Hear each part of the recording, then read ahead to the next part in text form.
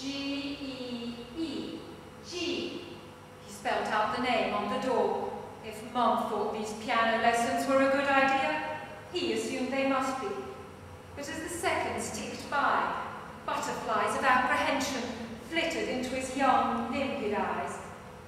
Seeing his forlorn little face, Mum stooped to give him an encouraging peck and pat down his unruly hair.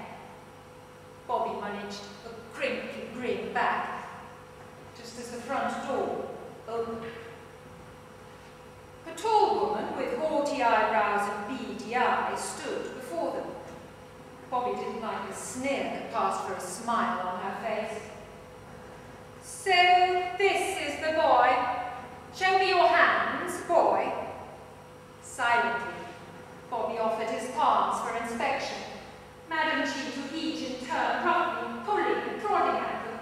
Her fingers felt cold and gnarled, like the fingers of the evil queen in his comic book.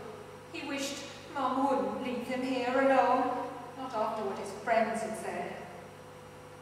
No sooner had she gone than Madam G pointed a grey finger to the back room.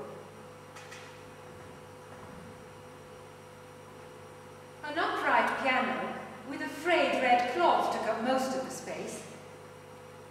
But what really intrigued Bobby was the huge gilded cage in the corner, inside which was a large white bird. An ibis, more graceful than any bird he'd ever seen. Its gaze, if birds could gaze, which he assumed they must, was dull and unfocused. The wings twitched as he approached, and when the little boy realized why, he winced and stepped back in horror. One of the bird's wings couldn't open because it had been clipped. That was when she yanked his ear for the first time, putting him away from the bird and down onto the piano stool. "There are to be no distractions, Bobby. Ever." "No, yes, Madam G. But why's the bird's wing clipped?" "That's because Romeo is a rare bird, far too precious to be left in the wild. He'd be lost without me to look after him."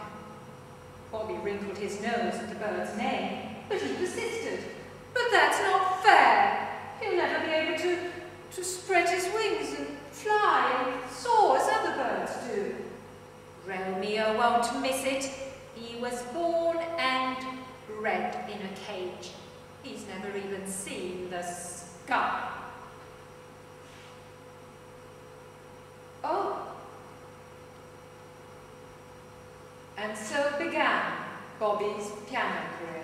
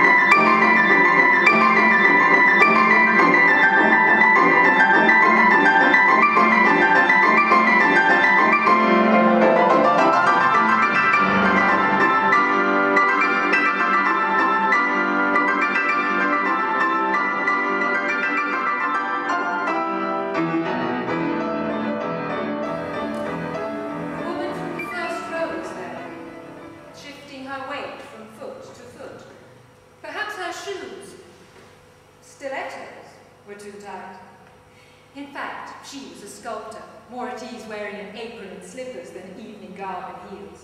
She'd arrived late, having lost her way in the grounds surrounding the concert hall, or so she nodded apologetically to the usher at the door. In truth, a group of trees had delayed her. Being an artist, she was particularly sensitive to unusual shapes, and on her way from the car park, she'd suddenly found herself in a cluster of tall, manicured yews, huddled together as if in hushed conference. She'd stopped in her tracks and stared, delighted by the beauty. She breathed in deeply, then exhaled, ever so quietly.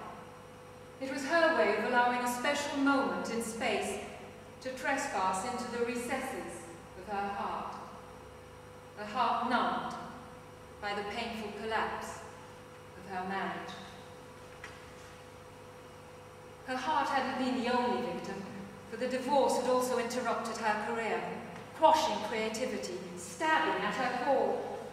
It felt as though her muse had been publicly guillotined, and for the last few years she'd wondered whether she could or ever would find another muse again, one that would make her soar and fly. She had, on that magical moment, when she first put her hand into clay, red clay, so sensual, vital, visceral, so stimulating and empowering.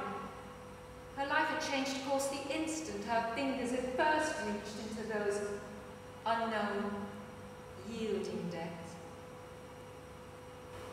When she reached the concert hall, the only remaining seat was, amazingly, in the front row, in the place of honor, just left of the pianoforte. Perhaps a critic was sick.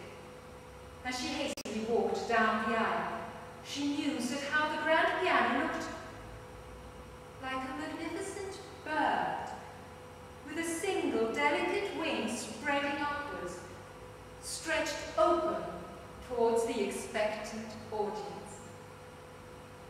No sooner was she seated than a door opened and Bobby entered the hall.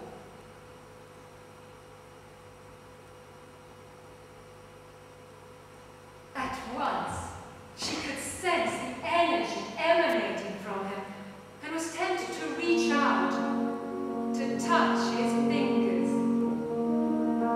A pianist's fingers and a sculptor's fingers making contact. She liked the idea. It reminded her of the Sistine Chapel. Meanwhile, in the distance, the gathering storm ruffled the feathers of the arboreal council.